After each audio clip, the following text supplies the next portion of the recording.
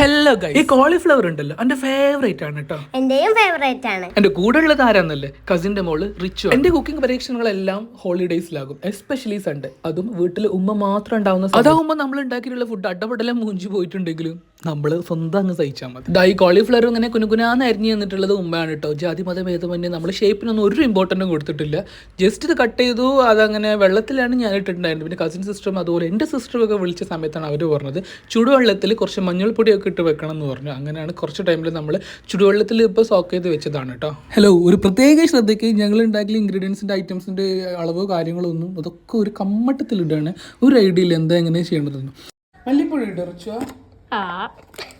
അങ്ങനെ ഞങ്ങൾ രണ്ടുപേരും ഒരു അന്തിമ തീരുമാനത്തിലെത്തിയിട്ട് മല്ലിപ്പൊടിയൊക്കെ ഒഴിവാക്കിയിട്ട് കുറച്ച് ചിക്കൻ മസാല ആഡ് ചെയ്യുന്നുണ്ട്. പിന്നെ കോൺഫ്ലവർ ഒക്കെ ആഡ് ചെയ്യാൻ വേണ്ടിയിട്ട് പറഞ്ഞിട്ടുണ്ടായിരുന്നു. ബട്ട് ഇവിടെ അതില്ലാത്തതിനെ കൊണ്ട് കുറച്ച് അരിപ്പൊടിയും കൂടി ഇട്ടിട്ട് ജസ്റ്റ് ഒന്ന് മിക്സ് ചെയ്തെടുക്കുന്നുണ്ട് കേട്ടോ. If you add rice powder or cornflour it give more crispiness. നമ്മളെ മൊരിച്ചിലും നെരിച്ചിലും ഇല്ലേ, അത് തന്നെ. നമ്മൾ ഉപ്പും അതുപോലെ തന്നെ മുളക് പൊടി കുറച്ച് മഞ്ഞൾപ്പൊടിയും കൂടി ആഡ് ചെയ്തിട്ടുണ്ട്. ഷാലോ ഫ്രൈ ചെയ്യാൻ വേണ്ടിയിട്ട് ഒരു പാനിലേക്ക് അതാ വെളിച്ചെണ്ണ ഒഴിച്ച് കൊടുക്കുന്നുണ്ട്.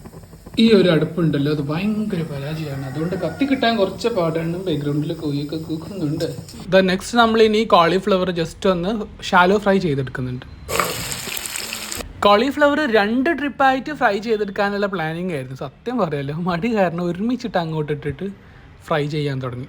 ഇപ്പോൾ ഏകദേശമൊക്കെ ഒന്ന് ഫ്രൈ ആയി വന്നിട്ടുണ്ട്. അപ്പോൾ ജസ്റ്റ് ഒന്ന് മാറ്റി വെക്കണം. ഒരു ഹാഫ് ഫ്രൈ ആയിട്ടുണ്ടാവും. നമ്മൾ ഫ്ലവർ പൊരിച്ചെടുത്തിട്ടുണ്ടായിരുന്ന അതേ പാനിൽ തന്നെ മിച്ചം വന്നിട്ടുണ്ടായിരുന്ന വെളിച്ചെണ്ണയിൽ ജിഞ്ചറും ഗാർലിക്കും ഇതാ ഇതുപോലെ ഇട്ടിട്ട് ഒന്ന് എടുക്കുന്നുണ്ട്. ഇതിന് ഇതിലേക്ക് തന്നെ നമ്മൾ സവോളം കൂടി കുറച്ച് ആഡ് ചെയ്തിട്ട് അതൊന്ന് വഴറ്റി എടുക്കുന്നുണ്ട് കേട്ടോ. സൗണ്ട് നോക്കട്ടോ.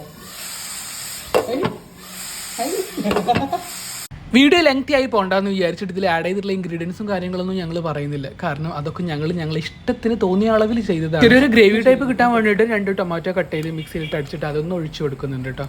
ദെൻ ഇതിൻ്റെ പച്ചമണം മാറുന്നത് വരെ ഒന്ന് വെയിറ്റ് ചെയ്യണം കേട്ടോ.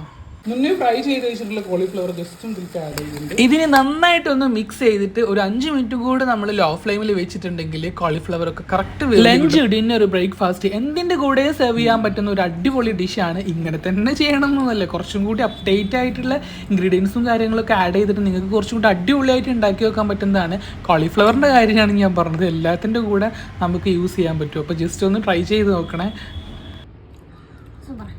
സത്യം ചോറെന്താ പാടൊക്കെ പിന്നെ എല്ലാവർക്കും. അപ്പൊ ശരി എന്നാല് ബൈ.